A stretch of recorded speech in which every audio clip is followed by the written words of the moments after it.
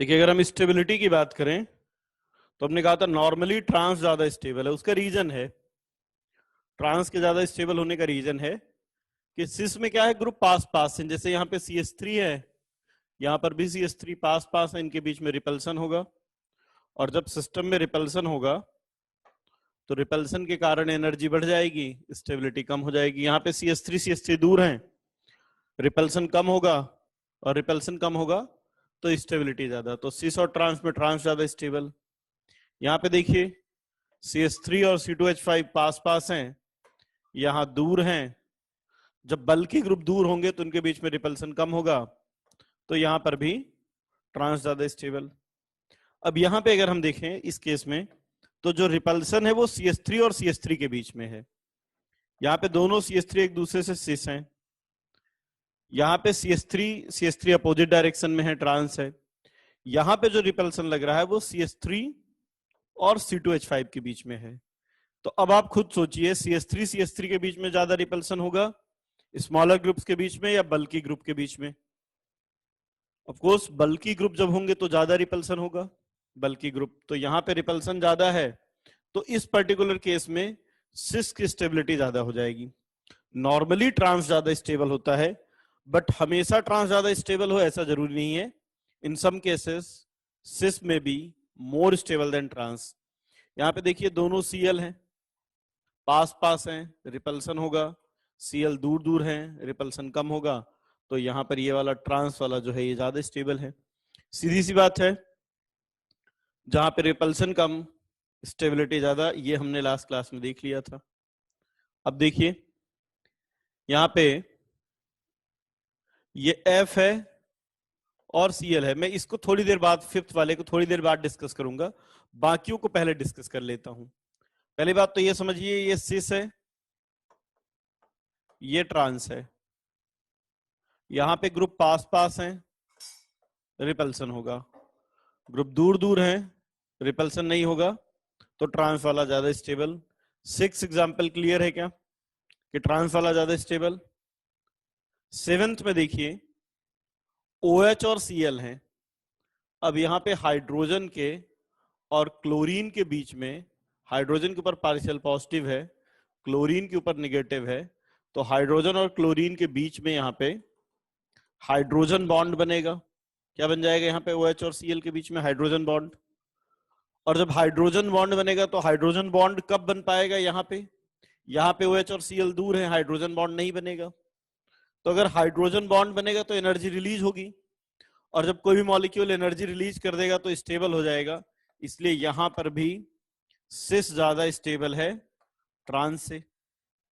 ऐसे यहां पे देखिए इन दोनों COOH पास पास हैं, हाइड्रोजन बॉन्ड बनेगा, यहाँ पे दूर हैं, हाइड्रोजन बॉन्ड नहीं बनेगा।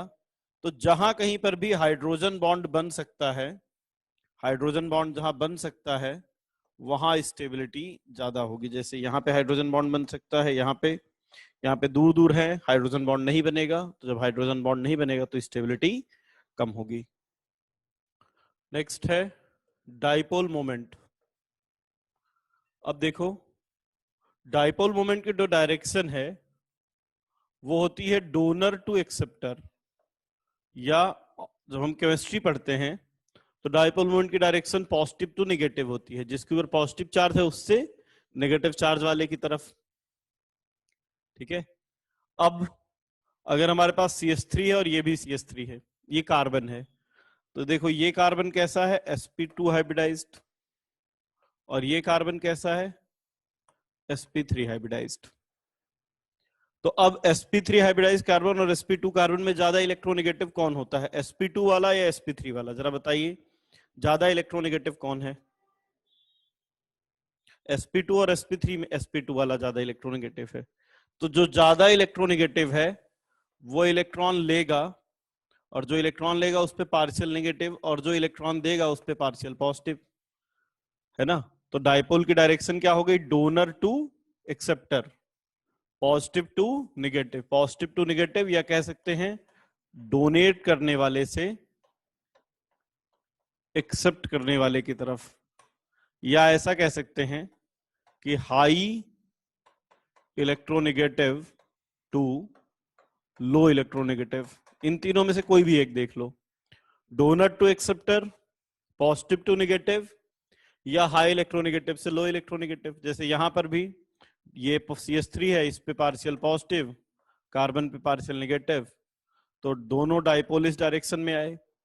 तो यहां पर दोनों एक दूसरे को कैंसिल नहीं कर रहे हैं, एडिटिव वेक्टर है, तो म्यू इस बार डाइपोल मोमेंट 0 नहीं होगा। यहां पे देखिए, ये इस डायरेक्शन में, ये इस डायरेक्शन में, दोनों इक्वल हैं, अपोजिट हैं, दोनों एक दूसरे कैंसिल कर देंगे, तो इसका म्यू 0, इसका म्यू नॉन जीरो, डाइपोल में नॉन जीरो, इसका 0, तो ऑब्वियस सी बात है कि mu of cis is now greater than mu of trans. तो हम नॉर्मली कह सकते हैं कि सिस का डाइपोल मोमेंट ट्रांस से ज्यादा होगा। ठीक है, अब मान लो कार्बन से जो एक ग्रुप लगा है वो डोनर है और एक एक्सेप्टर है, तो क्या होगा? जैसे ये कार्बन है, इससे CH3 लगा है जो डोनर है, तो ये पॉजिटिव से नेगेटिव इसकी डायरेक्शन ही हुई। लेकिन अब इससे क्लोरीन लगा है, क्लोरीन कैसा एक्सेप्टर है, ज्यादा इलेक्ट्रोनेगेटिव है, तो इस पे पार्शियल नेगेटिव और यहाँ पे पार्शियल पॉजिटिव, तो इसकी डायरेक्शन ऐसी और इसकी डायरेक्शन ऐसी। यहाँ पे देखिए CH3 पे partial positive, carbon partial negative, तो ये डोनर और ये कार्बन क्लोरीन एक्सेप्टर। यहाँ पे दोनों वेक्टर एक दूसरे को सब्सट्रैक्ट हो रहे हैं, जबकि यहाँ पे दोनों वेक्टर ऐड हो रहे हैं, तो किसी का भी वैल्यू 0 नहीं है, दोनों ऐड हो रहे हैं, सब्सट्रैक्ट हो रहे हैं, किसी की वैल्यू 0 नहीं है। पर जब जहां पे ऐड हुए हैं वहां वैल्यू ज्यादा होगी जहां सब्सट्रैक्ट हुए थे, तो इस बार डाइपोल मोमेंट तो किसी का भी 0 नहीं है, बट इस बार म्यू जो है वो ट्रांस का ज्यादा है, क्योंकि यहाँ पे दोनों वेक्टर ऐड हो रहे हैं जबकि यहाँ पे दोनों वेक्टर सब्सट्रैक्ट हो रहे थे। तो अब ट्रांस का डाइपोल मोमेंट सिस वाले से ज्यादा होगा जब एक डोनर लगा है और एक एक्सेप्टर लगा है। अब देखिए कुछ और भी यहाँ पे प्रॉपर्टीज हैं जो डाइपोल मोमेंट से रिलेट होती हैं। जैसे देखिए, अगर इन दोनों में बात किया जाए तो ये मॉलिक्यूल जिसका डाइपोल मोमेंट नॉन जीरो है, जिसका कुछ भी डाइपोल मोमेंट है, वो मॉलिक्यूल होता है पोलर, और जिसका डाइपोल मोमेंट 0 है वो होता है non polar. Actually dipole moment polarity का मेजरमेंट है, जिस कंपाउंड का डाइपोल मोमेंट जितना ज्यादा होगा वो मॉलिक्यूल उतना ज्यादा पोलर होगा। कितना पोलर है कोई मॉलिक्यूल, ये हम डाइपोल मोमेंट से मेजर कर सकते हैं। तो हम कह सकते हैं कि जितना ज्यादा डाइपोल मोमेंट होगा मॉलिक्यूल उतना ज्यादा पोलर होगा, उतनी ज्यादा उसमें पोलरिटी होगी। ठीक है, अब देखो मान लो हमारे पास दो हाइड्रोजन मॉलिक्यूल हैं, जैसे ये ऐसे समझो कि दो H2 मॉलिक्यूल हैं और दो HCl मॉलिक्यूल हैं, तो किनके बीच में फोर्स ऑफ अट्रैक्शन ज्यादा होगा? तो HCl में क्या है, यहाँ पे पार्शियल नेगेटिव रहेगा, हाइड्रोजन पे पार्शियल पॉजिटिव, तो ये मॉलिक्यूल पोलर है जबकि ये नॉन पोलर है। तो पोलर में फोर्स ऑफ अट्रैक्शन या इंटरमॉलिकुलर फोर्स ऑफ अट्रैक्शन ज्यादा होगा, ये 1 और ये 2, तो हम कह सकते हैं HCl में या सेकेंड वाले में फोर्स ऑफ अट्रैक्शन कंपैरेटिवली ज्यादा है। जितना ज्यादा मॉलिक्यूल की पोलरिटी होगी, जितना ज्यादा डाइपोल मोमेंट होगा उतनी ज्यादा पोलरिटी होगी, और जब मॉलिक्यूल की पोलरिटी ज्यादा होगी तो उनके बीच में लगने वाला फोर्स ऑफ अट्रैक्शन भी ज्यादा होगा। बताइए क्या ये पॉइंट समझ में आ गया कि पोलरिटी ज्यादा होने पर force of intermolecular force of attraction भी ज्यादा होते हैं। अब इंटरमॉलिकुलर फोर्स ऑफ अट्रैक्शन ज्यादा होने से क्या होगा, क्या फर्क पड़ता है? अगर मॉलिक्यूल में इंटरमॉलिकुलर फोर्स ऑफ अट्रैक्शन ज्यादा है तो मॉलिक्यूल पास पास होंगे, लेकिन अगर इंटरमॉलिकुलर फोर्स ऑफ अट्रैक्शन कम है तो मॉलिक्यूल दूर दूर रहेंगे। राइट, फोर्स ऑफ अट्रैक्शन ज्यादा है तो मॉलिक्यूल पास पास रहेंगे, फोर्स ऑफ अट्रैक्शन कम है तो मॉलिक्यूल दूर दूर रहेंगे। अब देखो बॉइलिंग पॉइंट क्या होता है। बॉइलिंग पॉइंट वो टेम्परेचर है जिसमें लिक्विड से कोई भी चीज गैस बनता है। तो अगर लिक्विड से गैस बनाना है मतलब मॉलिक्यूल जो पास पास थे, गैस में मॉलिक्यूल दूर दूर होंगे। तो अगर आपको लिक्विड को गैस में बनाना है तो क्या करना पड़ेगा, इनके बीच के मॉलिक्यूलर फोर्स को ब्रेक करना पड़ेगा। भाई जितना ज्यादा फोर्स ऑफ अट्रैक्शन होगा उस फोर्स ऑफ अट्रैक्शन को ब्रेक करने के लिए आपको उतनी ज्यादा एनर्जी देनी पड़ेगी। ठीक है तो लिक्विड में मॉलिक्यूल पास पास होंगे, जब मॉलिक्यूल पास पास होंगे तो इंटरमॉलिक्यूलर फोर्स ऑफ अट्रैक्शन ज्यादा होंगे, और अगर इंटरमॉलिक्यूलर फोर्स ऑफ अट्रैक्शन ज्यादा है तो उस ज्यादा फोर्स ऑफ अट्रैक्शन को ब्रेक करने के लिए ज्यादा एनर्जी भी देनी पड़ेगी। ठीक है, तो जब इंटरमॉलिक्यूलर फोर्स ऑफ अट्रैक्शन ज्यादा है तो बॉइलिंग पॉइंट भी ज्यादा होगा। तो हम कह सकते हैं कि जब डाइपोल मोमेंट ज्यादा तो मॉलिक्यूल की पोलरिटी ज्यादा, जब पोलरिटी ज्यादा तो इंटरमॉलिक्यूलर फोर्स ऑफ अट्रैक्शन ज्यादा, और अगर ज्यादा फोर्स ऑफ अट्रैक्शन है तो उसको तोड़ने के लिए लगने वाली एनर्जी ज्यादा, and to provide more energy we have to raise temperature, और इसलिए वहां पर बॉइलिंग पॉइंट भी ज्यादा होगा। और देखिए क्या प्रॉपर्टी है जो इंटरमॉलिक्यूलर फोर्स पर डिपेंड करती है। जब मॉलिक्यूलर फोर्स ऑफ अट्रैक्शन ज्यादा होगा तो मॉलिक्यूल पास पास होंगे। डेंसिटी होता है मास बाई वॉल्यूम रेशियो। जितने ज्यादा से ज्यादा मास, जितना ज्यादा से ज्यादा मास जितने कम से कम वॉल्यूम में आ जाएगा, डेंसिटी उतनी ज्यादा होगी। ज्यादा से ज्यादा मास कम वॉल्यूम में। अब अगर मॉलिक्यूल पास पास हैं तो बहुत सारे मॉलिक्यूल बहुत कम एरिया में आएंगे, तो मास बढ़ेगा, वॉल्यूम घटेगा, और इसलिए डेंसिटी भी बढ़ जाएगी। और इसलिए डेंसिटी भी डायरेक्टली प्रोपोर्शनल है किसके? डाइपोल मोमेंट के। जहां डाइपोल मोमेंट ज्यादा होगा, मॉलिक्यूल पास पास होंगे तो डेंसिटी ज्यादा होगी। ठीक है, और देखिए डेंसिटी जहां ज्यादा होती है वहां रिफ्रैक्टिव इंडेक्स भी ज्यादा होता है। डेंसर मीडियम का रिफ्रैक्टिव इंडेक्स ज्यादा है, तो वो भी प्रॉपर्टी हम डिफाइन कर सकते हैं। अब सॉल्युबिलिटी देखिए, एक सिंपल सा कॉन्सेप्ट है, लाइक डिसॉल्व लाइक। ठीक है, जैसे इन जनरल सिस और ट्रांस में नॉर्मली बताइए ज्यादा पोलर कौन होता है? आप लिख के बताइए। सिस और ट्रांस में नॉर्मल इन जनरल अगर हम बात करें, स्पेसिफिक मॉलिक्यूल की नहीं, सिस ज्यादा पोलर है। तो जो polar solvent like water, polar solvent for example water, बताइए वाटर में यानी पोलर सॉल्वेंट में कौन ज्यादा सॉल्युबल होगा? जो लेस पोलर है या मोर पोलर? तो जो मोर पोलर है यानी सिस ज्यादा सॉल्युबल होगा। लेकिन अगर हम सिस और ट्रांस लें, लेकिन इनकी सॉल्युबिलिटी नॉन पोलर सॉल्वेंट में देखें, नॉन पोलर सॉल्वेंट कौन से हो गए? जैसे CCl4, तो like resolve like. Non polar में कौन ज्यादा सोल्यूबल होगा? जो लेस पोलर होगा या जो नॉन पोलर होगा?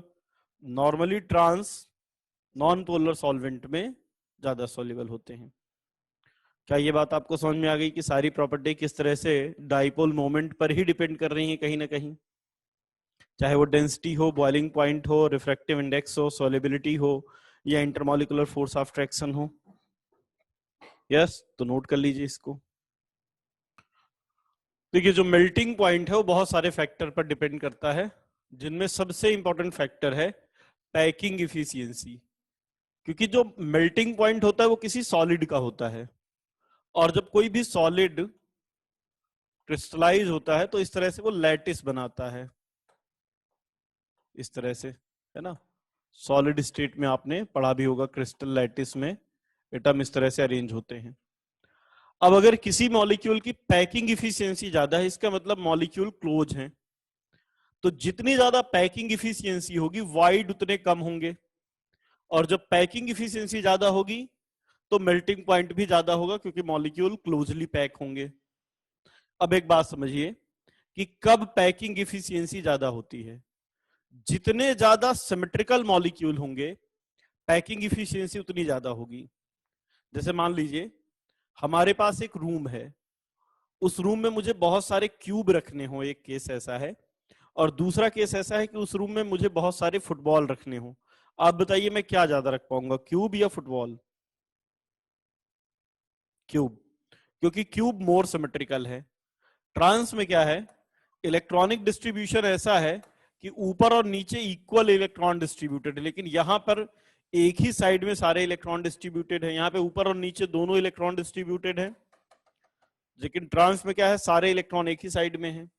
तो जब पैकिंग होती है तो ट्रांस के मॉलिक्यूल में पैकिंग इफिशियंसी ज्यादा बेटर होती है, ज्यादा क्लोजली पैक हो पाते हैं, और पैकिंग इफिशियंसी ज्यादा होने के कारण जितनी ज्यादा पैकिंग इफिशियंसी होगी मेल्टिंग पॉइंट भी उतना ज्यादा होगा। इसलिए बाकी सारी प्रॉपर्टी तो सिस की ज्यादा है, लेकिन मेल्टिंग पॉइंट एक ऐसी प्रॉपर्टी है जो ट्रांस की ज्यादा है।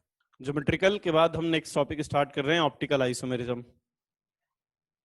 अब देखो ऑप्टिकल आइसोमेरिज्म है क्या, तो ऑप्टिकल आइसोमेरिज्म नाम से ही पता चल रहा है कि कोई ऐसी आइसोमेरिज्म है जो ऑप्टिकल यानी लाइट से रिलेटेड है। ठीक है, लाइट से कैसे रिलेटेड है देखेंगे, पहले समझते हैं कि आइसोमर्स क्या हैं। तो हमने कहा था कोई भी कंपाउंड जिनका मॉलिक्यूलर फार्मूला सेम हो लेकिन स्ट्रक्चरल फार्मूला डिफरेंट हो तो वो स्ट्रक्चरल आइसोमर है, और अगर molecular formula structural formula same है, स्टीरियोकेमिकल फार्मूला डिफरेंट है तो स्टीरियो आइसोमर। अब कुछ कंपाउंड ऐसे होते हैं जिनकी फिजिकल केमिकल प्रॉपर्टीज सेम होती है लेकिन बायोलॉजिकल प्रॉपर्टीज डिफरेंट होती हैं। ठीक है, तो जो ऑप्टिकल आइसोमर है उनकी फिजिकल प्रॉपर्टीज सेम है, केमिकल प्रॉपर्टीज सेम है, बायोलॉजिकल प्रॉपर्टीज डिफरेंट है। जैसे अगर आप डी ग्लूकोज देखो और एल ग्लूकोज, तो डी ग्लूकोज हमारी बॉडी में एब्जॉर्ब हो जाता है, लेकिन अगर हम एल ग्लूकोज लें तो वो हमारी बॉडी में एब्जॉर्ब नहीं होता, मतलब इनकी बायोलॉजिकल प्रॉपर्टीज डिफरेंट हैं। जैसे स्टार्च अगर हम खाएं तो वो हमारी एनर्जी का सोर्स हो सकता है, स्टार्च अल्फा डी ग्लूकोज का पॉलीमर है, लेकिन वहीं पे सेलुलोज जो कि बीटा डी ग्लूकोज का पॉलीमर है, हमारी बॉडी उसको हाइड्रोलाइज नहीं कर पाती है। इसका मतलब यह है कि दोनों की बायोलॉजिकल प्रॉपर्टीज डिफरेंट है। ठीक है, बाकी फिजिकल और केमिकल प्रॉपर्टी डिफरेंट है। ऑप्टिकल आइसोमर्स की physical properties chemical properties same होती हैं, बायोलॉजिकल प्रॉपर्टीज डिफरेंट हो सकती हैं, और एक और फिजिकल प्रॉपर्टी है जो डिफरेंट है। बाकी सारी फिजिकल प्रॉपर्टी सेम है, केवल लाइट के लिए बिहेवियर डिफरेंट है। ठीक है, बाकी सब physical property chemical property same है, बायोलॉजिकल प्रॉपर्टी डिफरेंट है, और फिजिकल प्रॉपर्टी में कौन सी प्रॉपर्टी डिफरेंट है, लाइट के लिए बिहेवियर डिफरेंट है। कैसी लाइट के लिए, तो देखिए मान लीजिए हमारे पास एक सिंपल ऑर्डिनरी लाइट का सोर्स है। ठीक है, एक ऑर्डिनरी लाइट का सोर्स है, ये मोनोक्रोमेटिक लाइट है। अब मोनोक्रोमेटिक लाइट क्या होती है, मोनोक्रोमेटिक लाइट वो है जो एक पर्टिकुलर वेवलेंथ वाली है। जैसे रोड पे, ठीक है, जैसे रोड पे लगा हुआ जो येलो सोडियम वेपर लैंप होता है जिससे येलो लाइट निकलती है, वो मोनोक्रोमेटिक लाइट है ना, जिसमें एक पर्टिकुलर वेवलेंथ वाली लाइट। अब ये जो लाइट है ये सर्कुलरली पोलराइज्ड है, सर्कुलरली पोलराइज्ड है। इस लाइट के जो वाइब्रेशन है वो हर डायरेक्शन में होंगे, सर्कुलरली पोलराइज्ड लाइट है ये।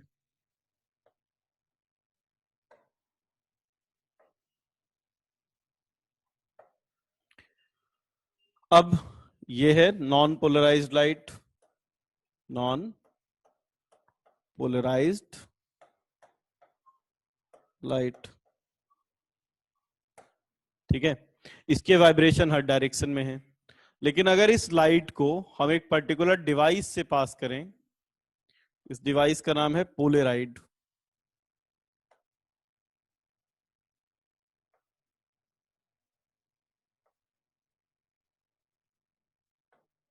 अगर हम इसको एक पर्टिकुलर डिवाइस पोलेराइड से पास करें, अब देखिए पोलेराइड एक पर्टिकुलर टाइप के क्रिस्टल के बने होते हैं, टूरमलीन क्रिस्टल का बना होता है, जिसमें ये एक ऐसी विंडो की तरह काम करता है जो लाइट की बाकी वाइब्रेशन को फिल्टर ऑफ कर देता है और केवल उन्हीं को जाने देता है जो इसके साथ पैरेलल है, बाकी को या तो रिफ्लेक्ट कर देगा या एब्जॉर्ब कर लेगा। ठीक है, समझो ये एक विंडो की तरह काम करता है, जो पोलराइड है एक विंडो की तरह काम करता है। कैसे, जैसे मान लो मेरे पास बहुत सारे पेन हैं और उसको मैं विंडो से बाहर फेंकता हूं, तो विंडो से बाहर केवल वही पेन जा पाएंगे जो विंडो की ग्रिल की ओपनिंग के साथ पैरेलल होंगे। जैसे मान लो इस तरह का विंडो है ना, इस तरह ग्रिल लगी है, अब मैंने जब यहां से पेन फेंका तो जो पेन ऐसे पैरेलल होंगे वो निकल पाएंगे, जो इस तरह से जा रहे होंगे वो निकल नहीं पाएंगे।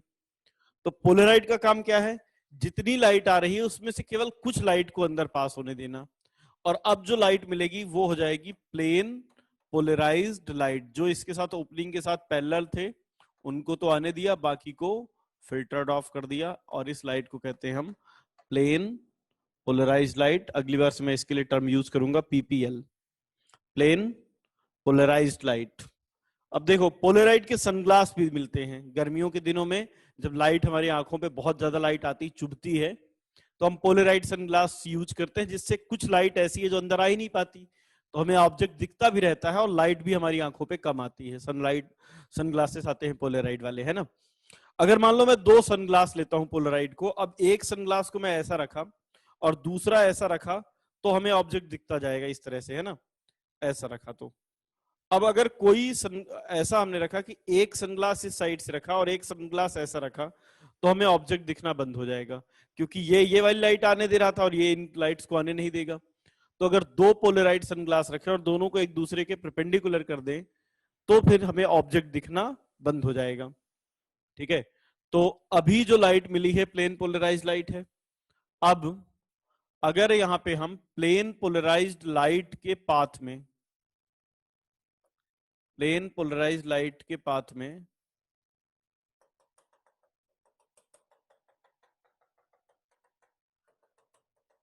एक सैंपल रख देते हैं, कोई भी सैंपल रख देते हैं, तो अब देखिए तीन केस हो सकते हैं। ये प्लेन पोलराइज्ड लाइट क्या कर सकती है, एक तो हो सकता है कि जो सैंपल था वो प्लेन पोलराइज्ड लाइट को डिस्टर्ब भी ना करे, जैसी लाइट आ रही थी वैसी ही बाहर जाने दे। या दूसरा केस हो सकता है ये प्लेन पोलराइज्ड लाइट को रोटेट कर दे। तीन केस हो सकते हैं ना। एक केस क्या हो सकता था कि सैंपल लाइट को डिस्टर्ब ना करे, जैसी लाइट जा रही थी वैसी ही जाने दे। दूसरा क्या हो सकता है कि लाइट जो जिस पाथ से जा रही थी, जैसे ये लाइट ऐसे ही थी, तो इस लाइट को जब सैंपल से पास किया तो ये लाइट को किसी न किसी डायरेक्शन में रोटेट कर दे, उसको अपने पाथ से डेविएट कर दे। जैसे ये पैरेलल ऐसी जा रही है लाइट, तो उसके पाथ को डेविएट कर दे। यानी मॉलिक्यूल के अंदर कुछ ऐसा इलेक्ट्रॉनिक इन्वायरमेंट है जो लाइट के साथ इंटरेक्ट करके लाइट के डायरेक्शन को, मूवमेंट के डायरेक्शन को रोटेट कर देता है। अब जब रोटेट करता है तो दो पॉसिबिलिटी हो सकती है कि या तो क्लॉकवाइज रोटेट करे या फिर एंटी क्लॉकवाइज रोटेट करे। या फिर एक केस हो सकता है कि वो किसी भी डायरेक्शन में रोटेट ना करे, जैसी जा रही थी वैसी ही जाने दे, कोई उसके पाथ पे रखने पर भी सैंपल ने लाइट से कोई इंटरेक्ट ही नहीं किया। तीन केस हो सकते हैं कि या तो लाइट को रोटेट किया या जैसी जा रही थी वैसी जाने दिया, कोई भी डेविएशन नहीं मिला। अब अगर कोई भी कंपाउंड है, उसने प्लेन पोलराइज्ड लाइट को रोटेट किया है किसी भी डायरेक्शन में, तो हम कहेंगे ये कंपाउंड ऑप्टिकली एक्टिव है। कैसा हो गया, ये ऑप्टिकली एक्टिव कंपाउंड हो गया। और कोई ऐसा सैंपल था जिसने लाइट को पाथ को डिविएट नहीं किया, तो हम कहेंगे ये ऑप्टिकली इनएक्टिव है। तो जितने भी नेचर में मिलने वाले ऑर्गेनिक कंपाउंड हैं या नेचर मिलने वाले जितने भी कंपाउंड हैं, उनको हम दो कैटेगरी में डिवाइड कर सकते हैं। ठीक है, दो कैटेगरी में डिवाइड कर सकते हैं। एक कौन से कंपाउंड जो प्लेन पोलराइज लाइट को डेविएट करते हैं, और एक जो डेविएट नहीं करते। कोई भी कंपाउंड अगर प्लेन पोलराइज लाइट को उसके पाथ से डेविएट करेगा तो हम कहेंगे एक्टिव है, और डेविएट नहीं करेगा तो हम कहेंगे कि ये इनएक्टिव है। अब अगर कोई भी सैंपल है जिसने लाइट को ऑप्टिकली मतलब लाइट को रोटेट किया है, और अगर क्लॉकवाइज रोटेट किया है, क्लॉकवाइज रोटेट किया है, तो हम कहेंगे कि ये डेक्स्ट्रो रोटेटरी है। डेक्स्ट्रो मतलब राइट, डेक्स्ट्रो रोटेटरी है।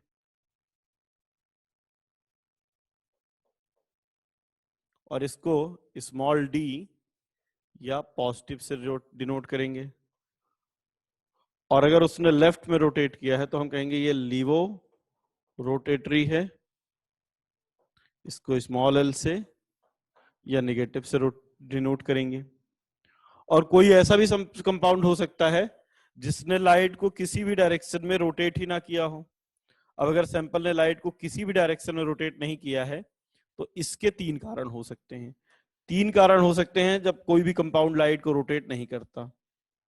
देखो, एक रीजन तो ये हो सकता है रोटेट ना करने का कि कंपाउंड जो हमने लिया था वो ऑप्टिकल आइसोमेरिज्म शो ही ना करता हो। कंपाउंड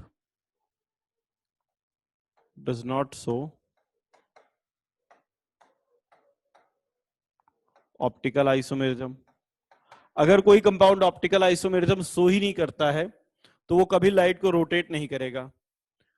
पर इसका ये मतलब बिल्कुल भी नहीं है कि जो कंपाउंड ऑप्टिकल आइसोमेरिज्म शो करते हैं वो लाइट को रोटेट करेंगे ही करेंगे, क्योंकि हमारे पास ऐसे ऑप्टिकल आइसोमर भी हैं जो लाइट को रोटेट नहीं करते हैं। ठीक है, बट एक बात पक्का है कि अगर वो लाइट को रोटेट नहीं कर रहा है, मतलब अगर वो आइसोमेरिज्म ऑप्टिकल आइसोमेरिज्म शो ही नहीं कर रहा है तो वो कभी लाइट को रोटेट कर ही नहीं सकता है। दूसरा हो सकता है कि हमने ऐसा यहां पे रखा हो कंपाउंड जो ऑप्टिकल आइसोमेरिज्म तो शो कर रहा हो, लेकिन कैसा ऑप्टिकल आइसोमर हो, ऑप्टिकली इनएक्टिव। ऑप्टिकल आइसोमर दो टाइप के होते हैं, एक्टिव भी और इनएक्टिव भी। तो हो सकता है कि ये ऑप्टिकली इनएक्टिव ऑप्टिकल आइसोमर हो, और ऐसे कंपाउंड जो ऑप्टिकल आइसोमर तो हैं बट ऑप्टिकली इनएक्टिव हैं उनको कहते हैं हम मीजो। हो सकता है ये कंपाउंड मीजो रहा हो, जो ऑप्टिकल आइसोमर तो शो करता है बट कैसा है, ऑप्टिकली इनएक्टिव। तीसरा केस हो सकता है कि यहां पे हमने जो सैंपल रखा है वो प्योर ना रहा हो, उसमें हमने 50% डी प्लस 50% एल मिला दिया हो, यानी हमने हो सकता है वहां पे रेसिमिक मिक्सचर लिया हो। रेसिमिक मिक्सचर था, अगर 50% डी था 50% एल था, मतलब अगर आधे मॉलिक्यूल ऐसे थे जो लाइट को राइट में रोटेट कर रहे थे, आधे मॉलिक्यूल थे जो लाइट को लेफ्ट में रोटेट कर रहे थे, तो टोटल ऑप्टिकल रोटेशन 0 हो जाएगा। तो इन 3 कारणों से हो सकता है मॉलिक्यूल लाइट को रोटेट ना कर पा रहा हो सकता है वो आइसोमेरिज्म शो ही ना कर पा रहा हो सकता है कि आइसोमेरिज्म तो शो कर रहा हो लेकिन कैसा ऑप्टिकल आइसोमर रहा हो, ऑप्टिकली इनएक्टिव वाला। और तीसरा हो सकता है जो सॉल्यूशन हमने लिया था वो प्योर नहीं था बल्कि उसमें 50% डी और 50% एल था। तो अब कोई भी कंपाउंड ऑप्टिकली एक्टिव है या नहीं उसको पता करने के लिए हमारे पास ये तरीका है, हम पोलरीमीटर ट्यूब में रखेंगे और अगर पोलरीमीटर रखने पर वो लाइट को रोटेट करता है तो हम कहेंगे कंपाउंड ऑप्टिकली एक्टिव है, लाइट को रोटेट नहीं करता तो हम कहेंगे कंपाउंड ऑप्टिकली इनएक्टिव है। हमारे लिए पॉसिबल नहीं है कि हम हमेशा किसी भी कंपाउंड को ये पता करें कि ये मॉलिक्यूल प्लेन पोलराइज्ड लाइट को रोटेट करेगा या नहीं। हमें एक थ्योरेटिकल एस्पेक्ट अप्रोच डेवलप करना है कि हम केवल मॉलिक्यूल को स्ट्रक्चर को देख के ये पहचान पाए कि ये कंपाउंड ऑप्टिकल एक्टिव है या नहीं। तो हमने कहा ऑप्टिकली एक्टिव होने के लिए कोई भी कंपाउंड ऑप्टिकल एक्टिव होने के लिए या ऑप्टिकल एक्टिविटी चेक करने के लिए हम चेक करेंगे कायरलिटी।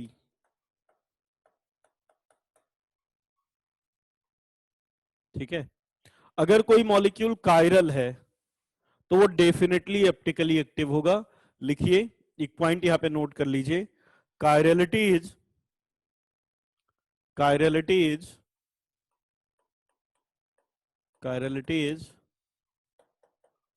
necessary and sufficient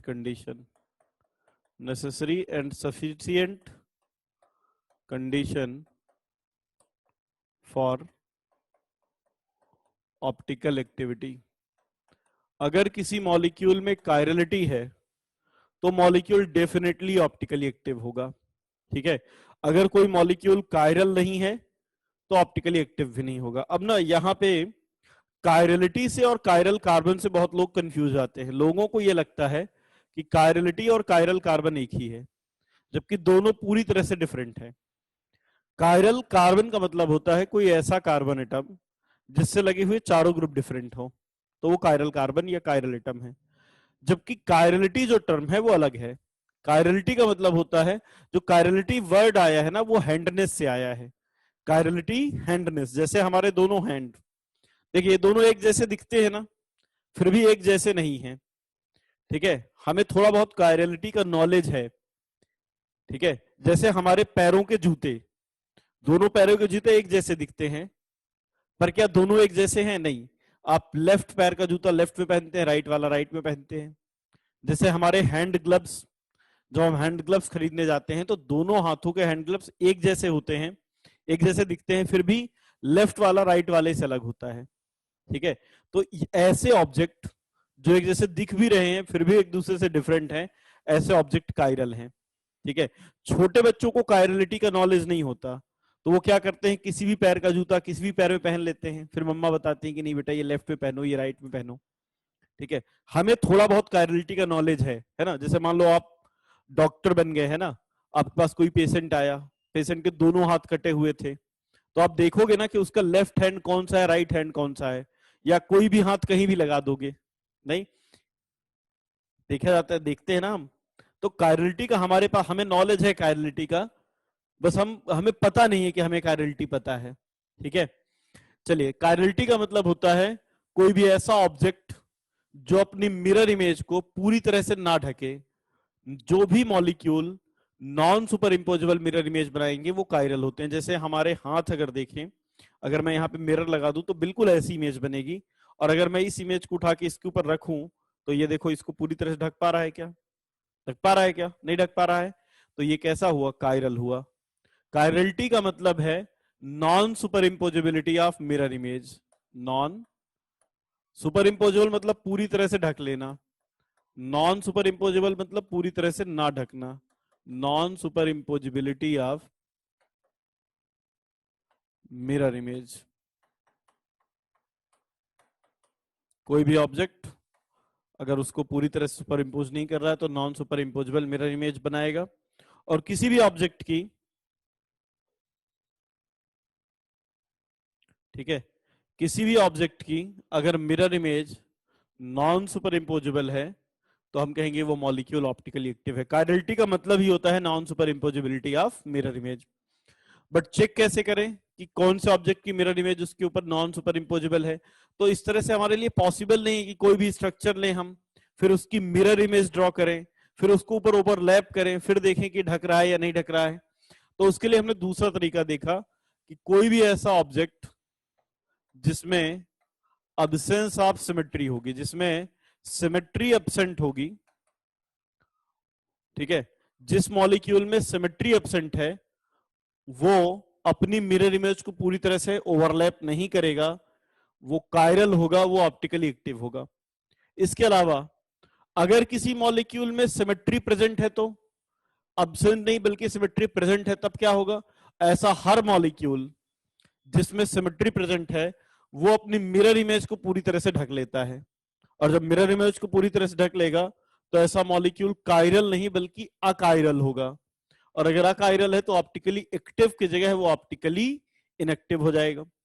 फिर क्वेश्चन होता है कि सर अब्सेंस ऑफ सिमेट्री मतलब सिमेट्री है क्या, कौन सी ऐसी सिमेट्री है जिसको ये देखना है कि एब्सेंट है? तो दो सिमेट्री हैं, एक प्लेन ऑफ सिमेट्री देखना है एब्सेंट होना चाहिए, और दूसरा centre of symmetry.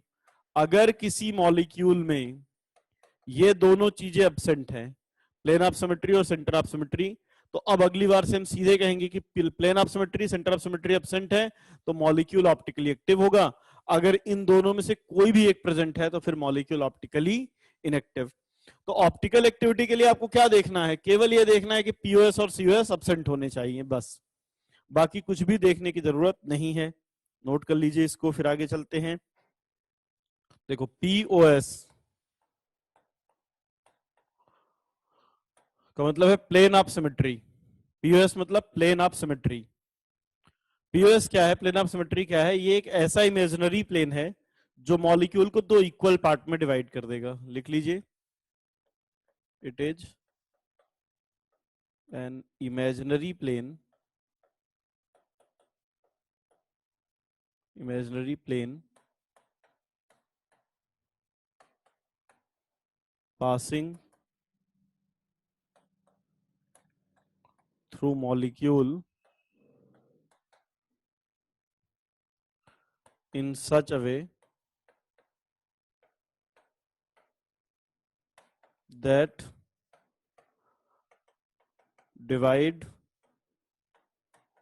molecule in two equal parts। Plane of symmetry जैसे एक एग्जांपल लेते हैं, एग्जांपल के थ्रू समझते हैं कि कोई ऐसा प्लेन है क्या इस मॉलिक्यूल में जो इसको दो इक्वल पार्ट में डिवाइड कर दे।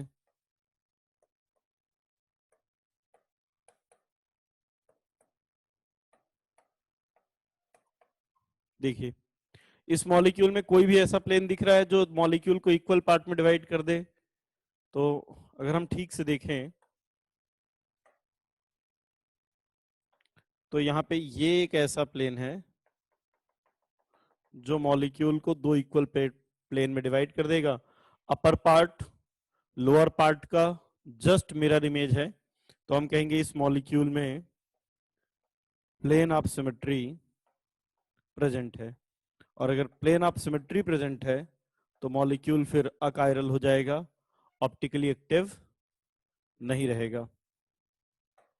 और एग्जांपल देख लीजिए।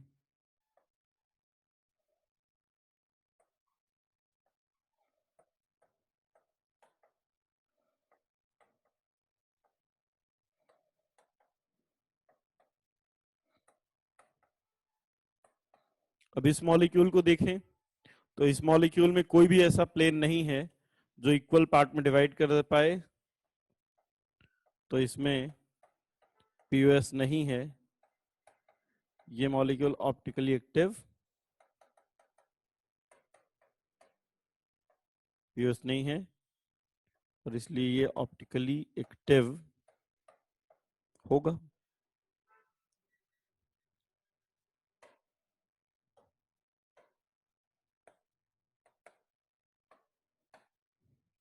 चलिए और एग्जांपल देखते हैं।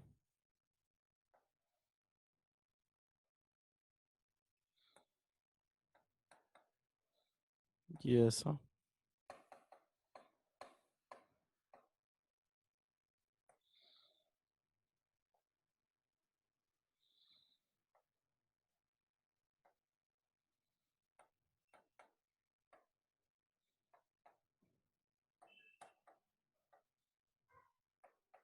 यह है सिस 1,2 डाइमिथाइल साइक्लोप्रोपेन। अब बताइए इसमें कोई प्लेन ऑफ सिमेट्री है या नहीं? सिस 1,2 डाइमिथाइल साइक्लोप्रोपेन में है? यस। अच्छा और देख लीजिए।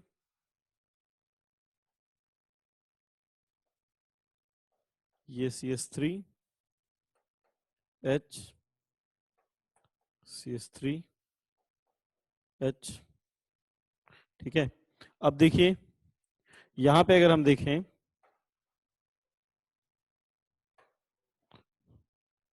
तो ये सिग्मा प्लेन है जो मॉलिक्यूल को इक्वल पार्ट में डिवाइड कर देगा। इस मॉलिक्यूल में पीओएस है तो हम कहेंगे मॉलिक्यूल ऑप्टिकली एक्टिव नहीं है। जबकि यहां पे देखें तो अब इस मॉलिक्यूल में पीओएस नहीं है, इक्वल पार्ट में डिवाइड नहीं हो रहे हैं, ये ऑप्टिकली एक्टिव होगा, है ना। इसको कहीं से भी हम कहें डिवाइड नहीं हो पाएगा इक्वल पार्ट में, तो ये ऑप्टिकली एक्टिव हो जाएगा।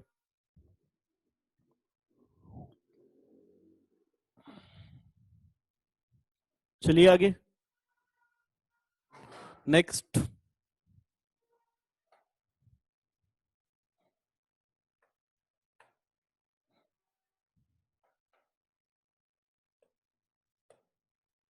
जैसे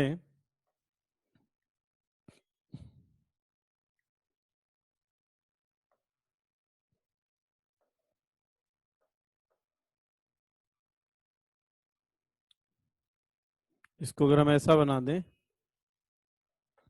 ये Cl हाइड्रोजन Cl फ्रंट में, तो यहाँ पे Cl, ये हाइड्रोजन बैक में, ठीक है ना। तो अब अगर यहाँ पे देखें तो ये जो है ये पीओएस है, और अगर पीओएस है तो ये ऑप्टिकली एक्टिव नहीं होगा। और देखिए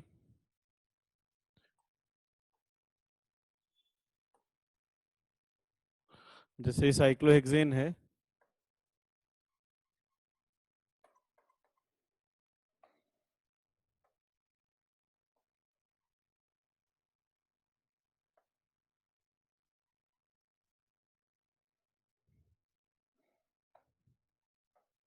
यहाँ पे अगर देखें, यहाँ पे Cl लगा है, यहाँ पे Br लगा है, ठीक है। और एग्जांपल ले लेते हैं।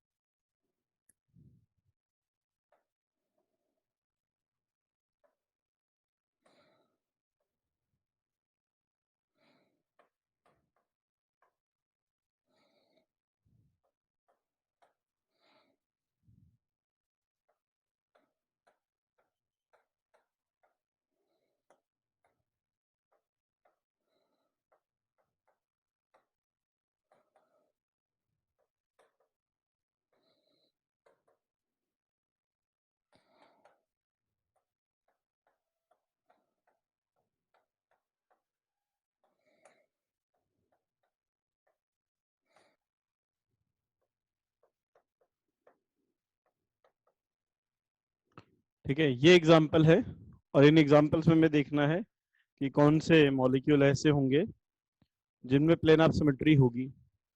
जैसे ये एग्जाम्पल देखें 6 वाला, तो अगर मैं इसको यहां से कट करूं तो ये प्लेन ऑफ सिमेट्री नहीं है, ये प्लेन, क्योंकि जब यहां से कट करेंगे तो ऊपर तरफ Cl आएगा, नीचे तरफ Br आएगा, तो ये प्लेन प्लेन ऑफ सिमेट्री नहीं है। लेकिन अगर मैं इसको यहां से कट कर देता हूं तो क्या होगा, ये इधर CH2 बच गया, इधर CH2 बच गया, इधर CH2 और इधर CH2, तो CH2 इधर, इधर भी CH2, और जो भी इस लाइन में आए वो सब आधे आधे कट गए। जैसे टेनिस की बॉल आधी आधी कट जाती है, जैसे टेनिस की बॉल को अगर अपन कट कर दे बीच से तो दो एटम, दो हाफ हाफ पार्ट में कट डिवाइड हो जाता है, वैसे ही जो भी इस प्लेन में आए ये सब आधे आधे कट गए। तो अब इस मॉलिक्यूल में पीओएस प्रेजेंट है, और अगर पीओएस प्रेजेंट है तो ये ऑप्टिकली एक्टिव नहीं होगा, क्योंकि जो जब हम प्लेन से काटेंगे तो जो एटम प्लेन में आएंगे वो सारे आधे कट जाएंगे। अब देखिए, अच्छा मैं अगर यहाँ पे एक एक एग्जाम्पल के लिए लेता हूं, है ना, कि मैंने अगर यहाँ पे Br लिया होता,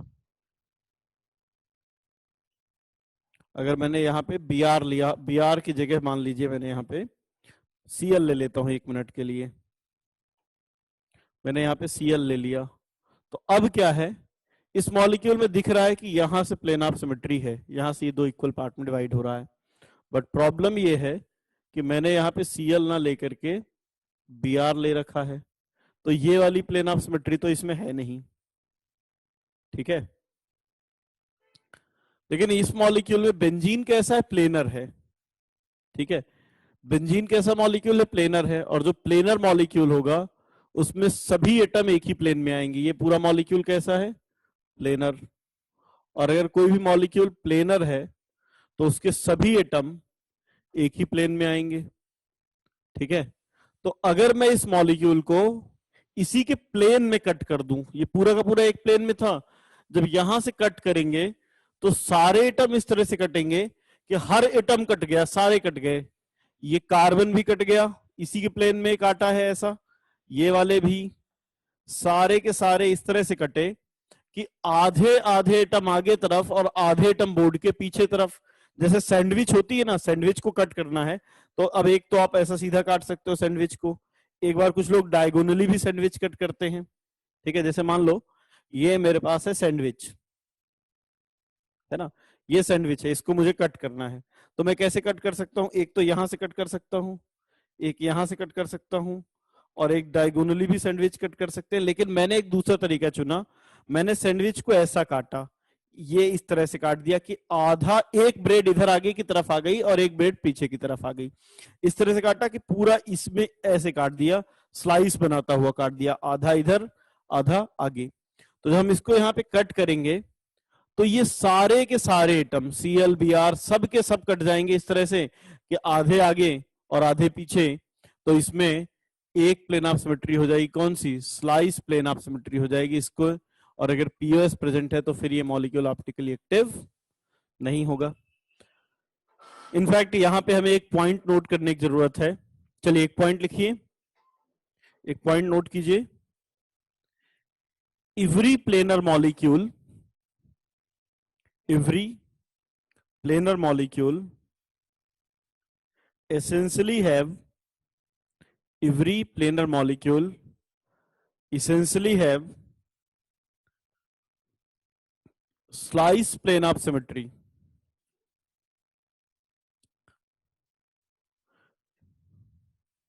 Every planar molecule have slice plane of symmetry.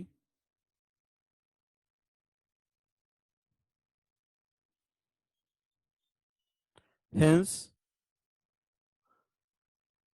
they cannot be optically active. ध्यान रखिएगा, कभी भी कोई प्लेनर मॉलिक्यूल ऑप्टिकली एक्टिव हो ही नहीं सकता, क्योंकि प्लेनर में एक प्लेन ऑफ सिमेट्री तो होगी।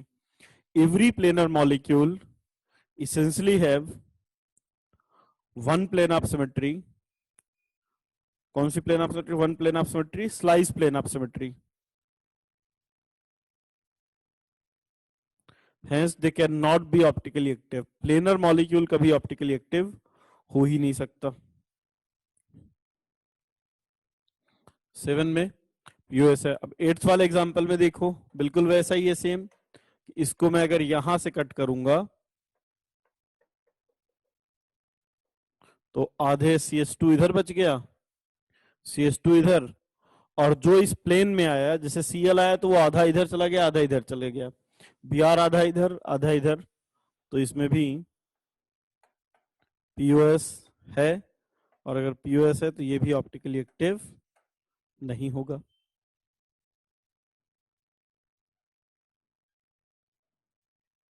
अच्छा देखो, जब कट करेंगे, जैसे मान लो ये, मान लो हमारे पास रिंग है ना, ये 4 मेंबर रिंग है, ये आगे की तरफ है ना। क्यूब ले लेते हैं,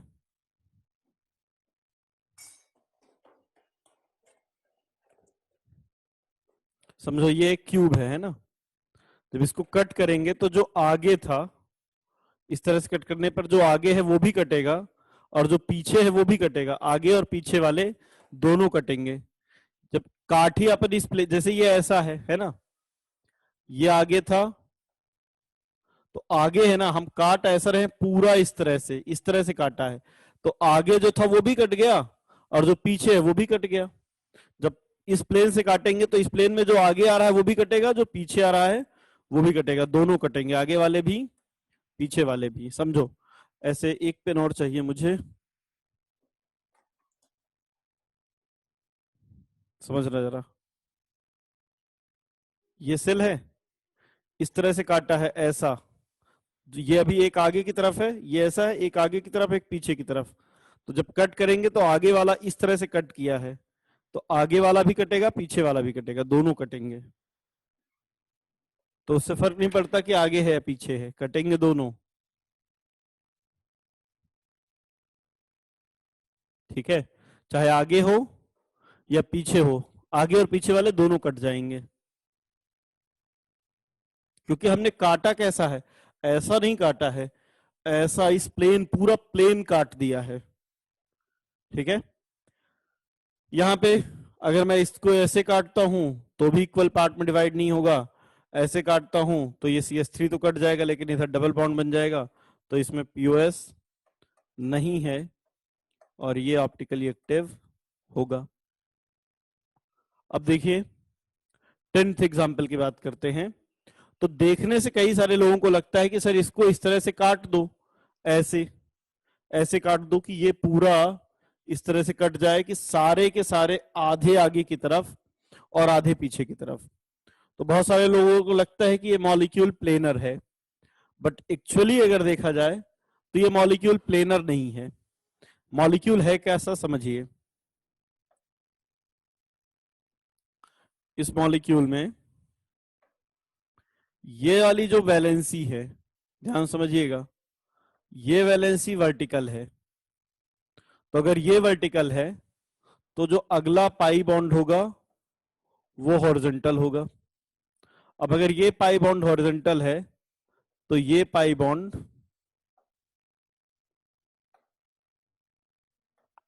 वर्टिकल है, और अगर ये वर्टिकल है तो ये हॉरिजॉन्टल है।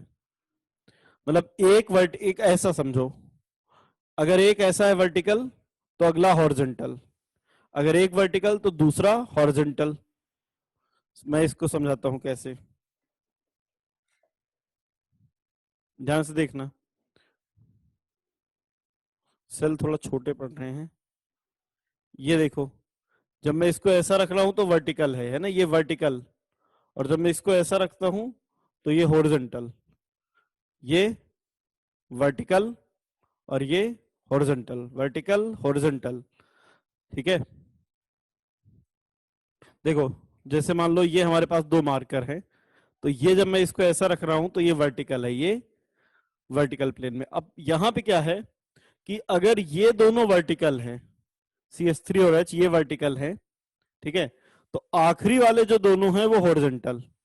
ये दोनों वर्टिकल, ये वर्टिकल और ये हॉरिजॉन्टल। तो ये मॉलिक्यूल ऐसा है कि ये दो वैलेंसी वर्टिकल, ये हॉरिजॉन्टल। अगर हम इसको वर्टिकल कर देंगे तो ये हॉरिजॉन्टल हो जाएंगी। कर पा रहे हैं इमेजिन?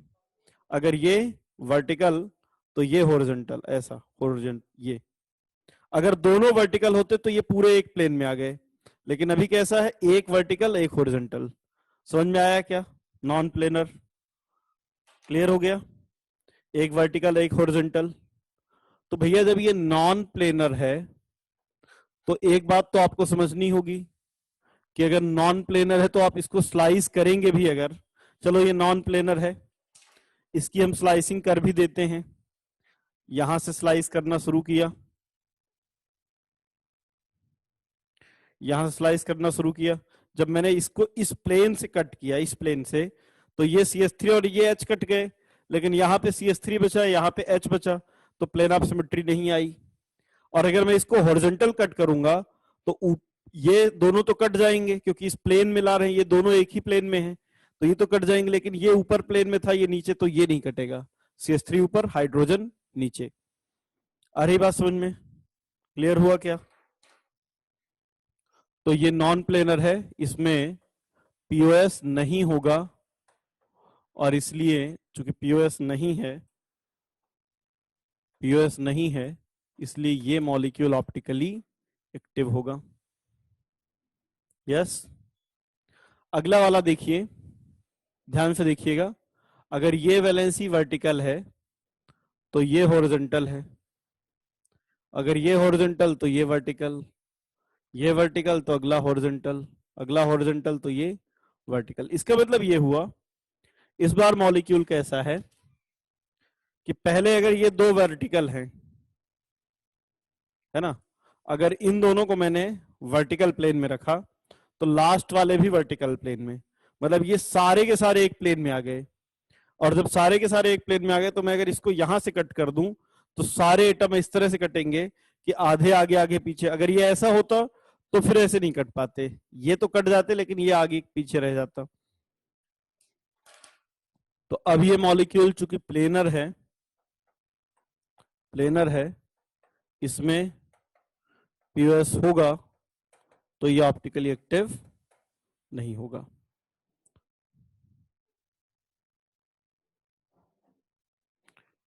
क्योंकि जब भी पाई बॉन्ड बनता है ना, जब डबल बॉन्ड बनता है, तो डबल बॉन्ड बीच वाला कार्बन sp2 हाइब्रिडाइज्ड है। इसको ऐसे समझो, कैसे पता चलता है हमें, ऐसे कि ये carbon double bond carbon double bond carbon, ये इस तरह से कार्बन है ना। अब देखना, अगर एक पाई बॉन्ड बना है वर्टिकल प्लेन में, तो अगला जो पाई बॉन्ड बनेगा वो हॉरिजॉन्टल बनेगा। तो इसलिए हमें पता चल जाता है कि एक वर्टिकल है, एक पाई बॉन्ड वर्टिकल है, तो एक हॉरिजॉन्टल। क्योंकि समझो, अगर ये pi bond P Y orbital को यूज करके बन गया तो ये पीजेड से बनेगा, और वाई और जेड जो एक्सिस हैं वो दो अलग अलग प्लेन में होंगे। अगर वाई इधर है तो जेड इधर होगा। इस तरह से हमें पता चल जाता है। ठीक है, क्योंकि हमें पता है कि वहां पे पाई बॉन्ड है, और जो पाई बॉन्ड है वो डिफरेंट प्लेन में होंगे। अगर एक एक्स प्लेन में है तो दूसरा एक्स वाई, तो एक्स वाई जेड, मतलब ये परपेंडिकुलर प्लेन के रहेंगे। तो अगर परपेंडिकुलर हैं तो एक वर्टिकल है तो दूसरा फिर हॉरिजॉन्टल होगा। अभी क्लियर हो गया? कैसे पता चल जाता है कि एक वर्टिकल है एक हॉरिजॉन्टल? क्योंकि दो पाई बॉन्ड जो हैं, एक पी वाई को यूज करके बना है तो दूसरा पी जेड से। तुम्हें ज्यादा टफ लग रहा है ये, तो मेरे पास एक आसान मेथड है। आसान मेथड ये है कि जब भी एलीन होंगे और उसमें ऑड बॉन्ड होंगे तो वो जीआई शो करेगा, ये पहले भी पढ़ा चुका हूं। और जब इवन होंगे तो वो ओआई शो करेगा, ऑप्टिकल आइसोमेरिज्म।